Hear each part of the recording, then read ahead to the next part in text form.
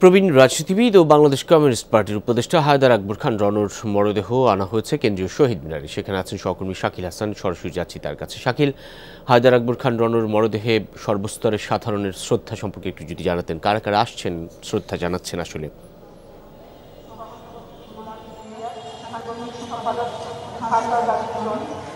রবিন, হায়দার আকবর খান রণ বাংলাদেশের রাজনীতির ইতিহাসে এমন একটি নাম যিনি বাংলাদেশের শোষণ মুক্তির আন্দোলনের একজন অগ্রপথিক।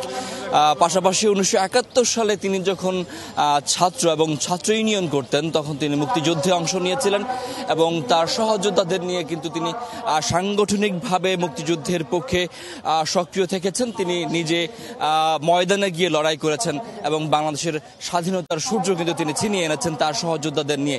এবং তারপর স্বাধীন বাংলাদেশে একটি শোষণমুক্ত একটি সাম্যের বাংলাদেশ গড়ার লক্ষ্যে তিনি তার সহযোদ্ধাদের নিয়ে তিনি মুক্তির আন্দোলনে লড়াই করেছেন। তাদের নিয়ে তিনি একটি দল গঠন করেন এবং সেই দল নিয়ে বাংলাদেশের শোষণ মুক্তির আন্দোলনে তিনি এগিয়ে যান। এবং আজকে তার এই প্রয়াণের শ্রদ্ধা নিবেদন করার জন্য বাংলাদেশের প্রায় সবগুলো রাজনৈতিক দলের কেন্দ্রীয় নেতারা কিন্তু শহীদ মিনারে এসেছেন সাধারণ মানুষ, লেখক, বুদ্ধিজীবী, সাংবাদিক সবাই।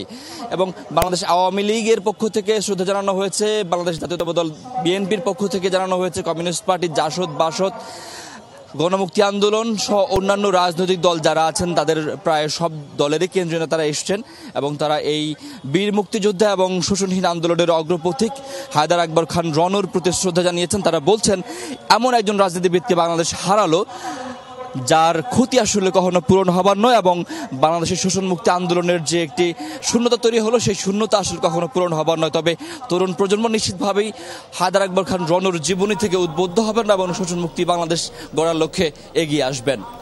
অনেক অনেক ধন্যবাদ সহকর্মী শাকিল হাসান।